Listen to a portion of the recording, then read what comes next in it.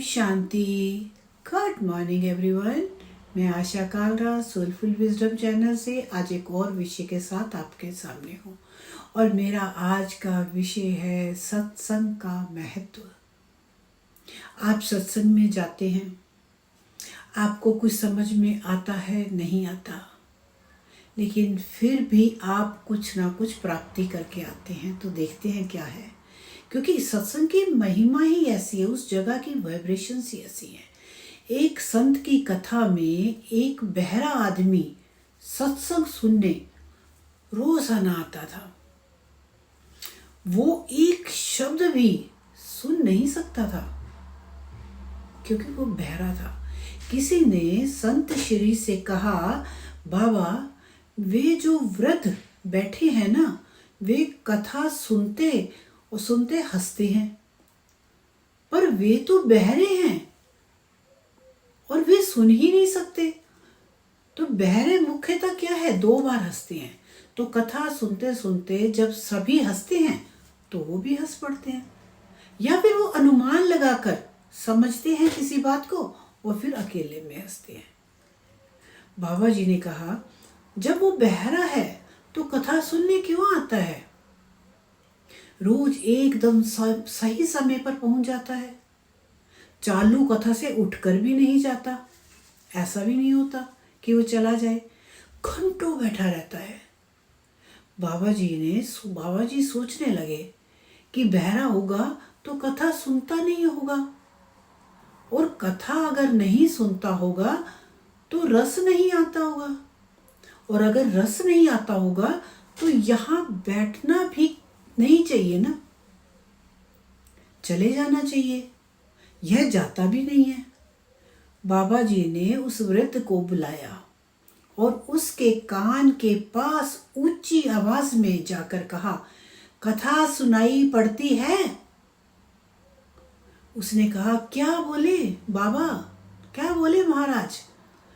बाबा जी ने कहा, आवाज और ऊंची करी और पूछा, मैं जो कहता हूं क्या वह सुनाई पड़ता है? उसने कहा, क्या बोले महाराज? बाबा जी समझ गए कि यह तो नितांत बिल्कुल बहरा है। अब बाबा जी ने सेवक से कागज कलम मंगाया और लिखकर पूछा कि वृद्ध ने कहा, मेरे कान पूरी तरह से खराब हैं, मैं एक भी शब्द सुन नहीं सकता।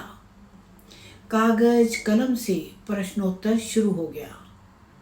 फिर तुम सत्संग में क्यों आते हो? संत का क्वेश्चन था।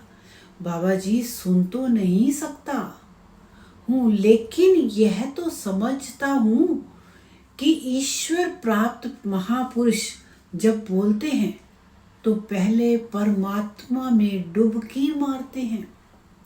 संसारी आदमी बोलता है तो उसकी वाणी मन व बुद्धि को छूकर आती है, लेकिन जब ब्रह्मज्ञानी संत जब बोलते हैं तो उनकी वाणी आत्मा को छूकर आती है।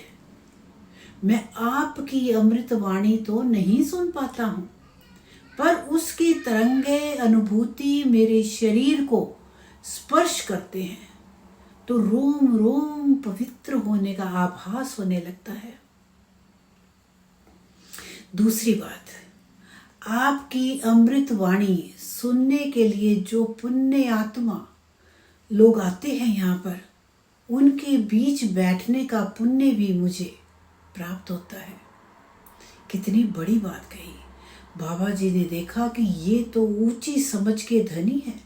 उन्होंने कहा, 2 बार हंसना आपको अधिकार है, किंतु मैं यह जानना चाहता हूँ कि आप रोज सत्संग में समय पर पहुंच जाते हैं और आगे आगे बैठते हैं, ऐसा क्यों? मैं परिवार में सबसे बड़ा हूँ, बड़े जैसा करते हैं वैसे ही छोटे भी करते हैं। मैं सत्संग में आने लगा तो मेरा बड़ा लड़का भी इधर आने लगा। सुनिए ध्यान से। शुरुआत में कभी कभी मैं बहाना बना के उसे ले आता था। मैं उसे ले आया तो वह अपनी पत्नी को ले आया, यहाँ ले आया। अब पत्नी बच्चों को ले आई। सोचिए, सारा कुटुंब सत्संग में आने लगा, कुटुंब को संस्कार मिल गए, और क्या चाहिए। बाबा जी उसकी बात सुनकर बहुत प्रसन्न हुए और मन ही मन बोले, आज मेरा सत्संग करना सार्थक हुआ। भगवत चर्चा से संतों का सत्संग ऐसा है कि यह समझ में नहीं आए तो भी क्या, सुनाई नहीं देता हो तो भी क्या, इसमें शामिल होने मात्र से कल्याण हो जाता है। शुक्रिया एवरीवन, शुक्रिया। ओम शांति, ओम शांति।